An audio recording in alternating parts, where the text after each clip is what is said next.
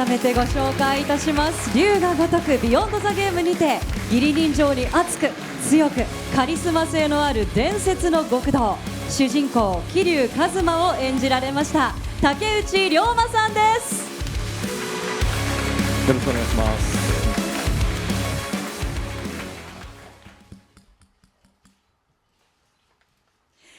さあそれでは竹内さんようこそいらっしゃいました。まずは一言ご挨拶をお願いいたします。はい、桐生一馬を演じました竹内涼真です。よろしくお願いします。去年の5月からですかね、約半年間ぐらい、この龍が如くの作品に僕は命を懸けてきたので、やっと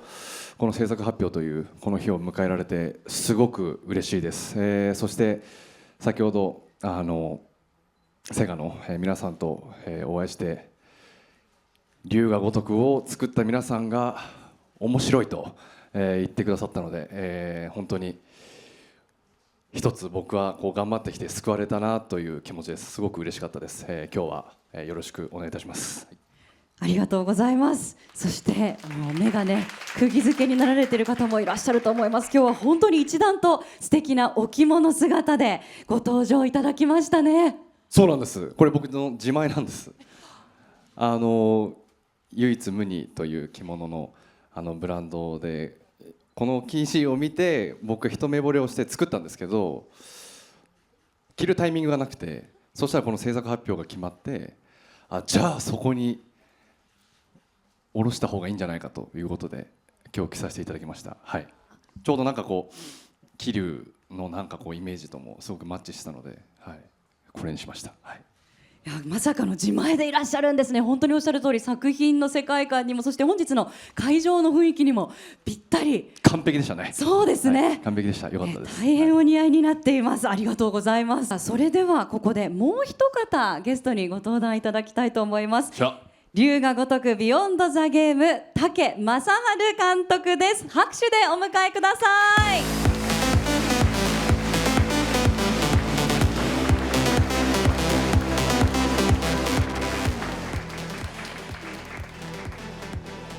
竹監督ようこそいらっしゃいました。皆様に一言ご挨拶をお願いいたします。すごいすごいですね。本作の監督をさせていただきました竹です。今日はお忙しいところどうもありがとうございます。ありがとうございます。ここからはお二人にたっぷりとお話を伺ってまいりたいと思うんですが、はい、ここで、マスコミの皆様にお願い申し上げます。フラッシュを使用しての撮影は一旦ここまでとなります。ここからの撮影はフラッシュの使用はお控えくださいますようお願いいたします。イベントの最後にフォトセッションのお時間もございますので何卒ご協力のほどお願いいたします。さあそれではここで改めまして作品について簡単にご紹介をさせていただきたいと思います。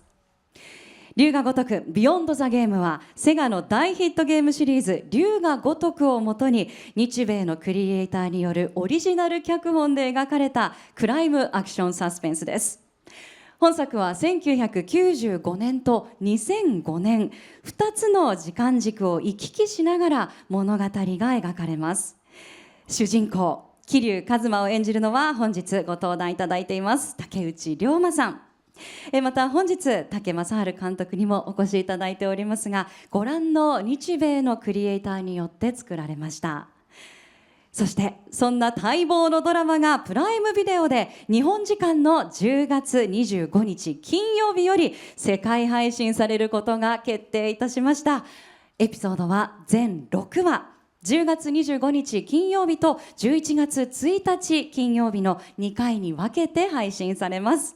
なお本作は吹き替え版を含む30以上の言語で同時配信をいたします。というわけで10月の配信今から本当に待ち遠しいんですけれども、ここからはたっぷりとお二人にお話を伺ってまいりたいと思います。お二人ともよろしくお願いいたします。240カ国ってすごいですね。30言語って何でしょうね。30以上の言語すでごいな。すごいスケールでございます。まずは竹内さんにお伺いしたいと思います。ついに10月25日の配信が決定となりました大ヒットゲームの実写ドラマであり、また、世界配信作品の主演を演じていただいたわけですが、主演が決まった時のお気持ち、どのようなお気持ちだったんでしょうか？そうですね、素直に言うとびっくりしましたね。もちろん龍が如くの桐生一馬は知ってましたし、まず僕を選んでいただいどうして僕を選んでいただいたんだろうっていう意味を自分で考えながら、やっぱりすごく素敵なね原作があって、皆さん、龍が如くの桐生一馬はみんな大好きでしょやっぱりだからその人を僕は演じるにあたってやっぱり覚悟を決めなきゃいけないなと、その話をお話を聞いた時に思いましたし、やっぱり命を懸けてこの作品の臨まないと、成立しないんじゃないかなという重圧だったりとか、使命感とか、あとは何だろう、本気でぶつかってみようかなっていうふつふつと湧き出る燃えたぎるものがお話をいただいた時は湧き上がってきてましたね。はい。命を懸けて挑んだ作品というところで、もう毎秒が見どころだとは思うんですけれども、ご自身が考えるここはもう本当に見てほしいという見どころはどこでしょうか？作品に入る前に監督と何度かお話をさせていただいて、本のことだったりとか、今回こういうふうに作品を作り上げていこうっていう、セッションは何度かやらさせていただいて、で、今回2つの時間軸を描くので、95年と85年2095年と2005年だからそこのコントラストというか、やっぱり桐生一馬のまだゲームでは描かれてない部分をやっぱり自分が一から作り上げて、やっぱりその原作を本当にリスペクトしつつ新しい龍が如くを作っていかなきゃ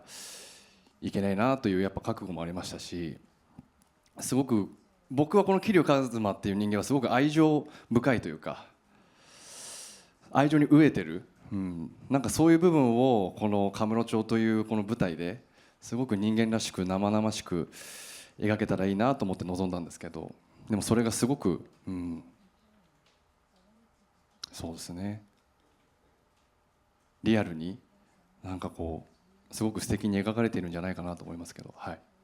ありがとうございます。では武監督にも伺いたいと思います。今回龍が如く実写ドラマ作品監督されたわけですけれども、監督が決定した時のお気持ちや、世界でも人気のゲームが原作という本作監督するにあたって何か意識されたことがあれば合わせてお聞かせください。やっぱりある程度の基準というか水準のものを作らないと通用しないなと思っていたので、まずはこれ2年やってるんですけど、2年前なんですけどちょうど今ぐらいだったんですけど、いい俳優といいスタッフをとにかく集めなきゃなと思いました。も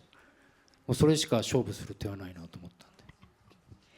そしてまさにその通りの作品に仕上がったということですよね。そうですね、本当に去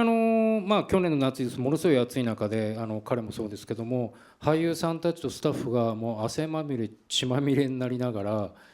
コロナとか台風とかもありましたし、本当その中で一人の落語者もなくきっちりできたっていうことは本当に安堵してますし、そのおかげですごく水準の高い、今日も含めてまだポスプロ佳境入ってますけど、今日も含めてまだ作業されてるスタッフいるんで、非常にそのクオリティの高いスタッフのおかげで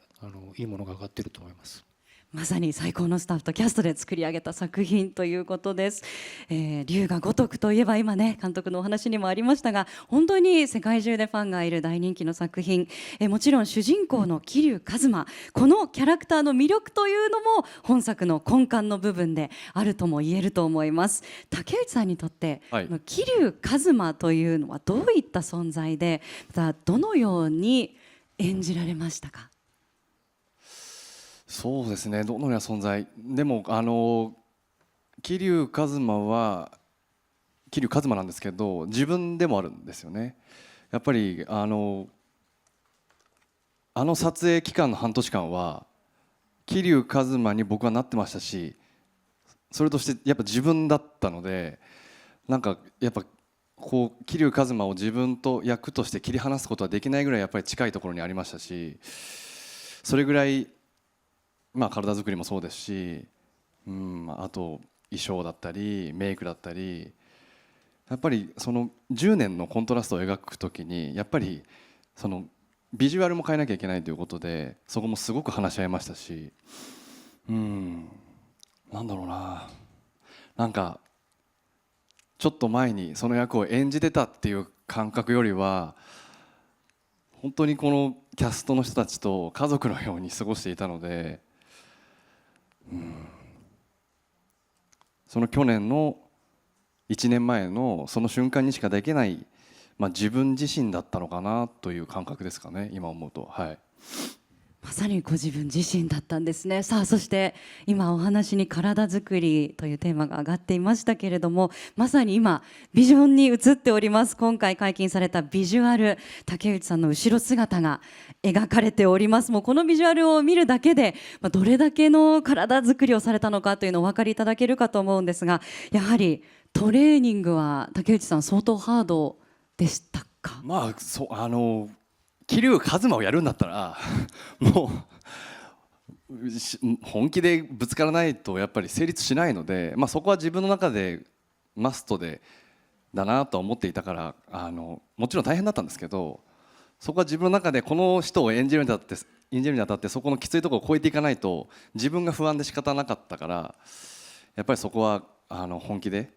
すごく大変なことをするんですけど、減量も含めて。ただやっぱり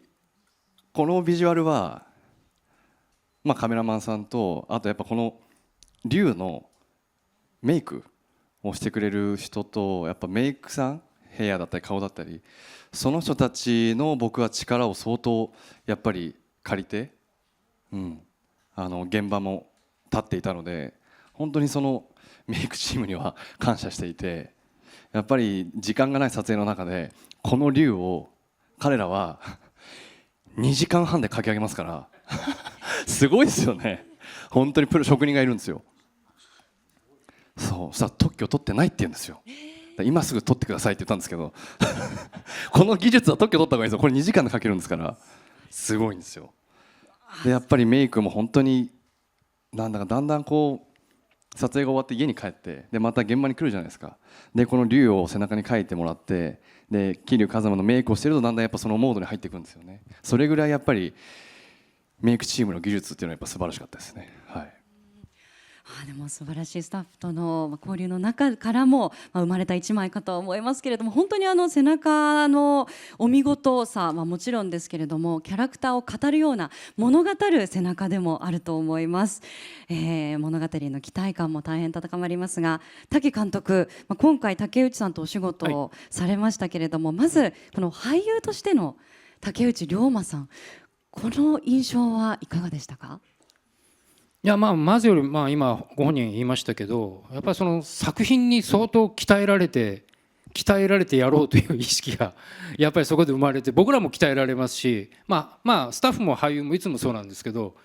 なんか一つのその何か作品で鍛えられると、そうすると次のステップにまたいけるっていうのもあるんですけど、本当に役に今言ったように近づこうっていう意識がすごいとにかくこの役をやんなきゃいけないんで、そこの努力はやっぱり自分で主役ですし、やるっていう意識もありましたし、僕はやっぱりキャスティングする時にまず最初に浮かんだのが彼の顔で、誰にしますかって言ったら竹内涼真君がいいんじゃないですかって言ったんですけどなんでって言われたら、いやまずでかいですよねっていう話をこのやっぱり桐生はでかくないといけない。いやそうなんですよ。やっぱこの体の、今日の着物もそうなんですけど、やっぱりそこにいると存在感がある人っていうのがやっぱりその画面の中で必要で、さらに今回背中を映すっていうことは、人間の体で一番大きい面積が背中なんで、そこの大きさとそこを鍛え上げるっていう、多分その努力を知ってる人だなと思ってるんですね。体を鍛えるという自分自身のことをよく知ってる人なんじゃないかなという。でそこはもうお任せして、で俳優として自分の体をよく知っている方だと思っていたので、そこはもう一番信用するというか信頼したいなと思ってました。強い信頼関係があるんですね。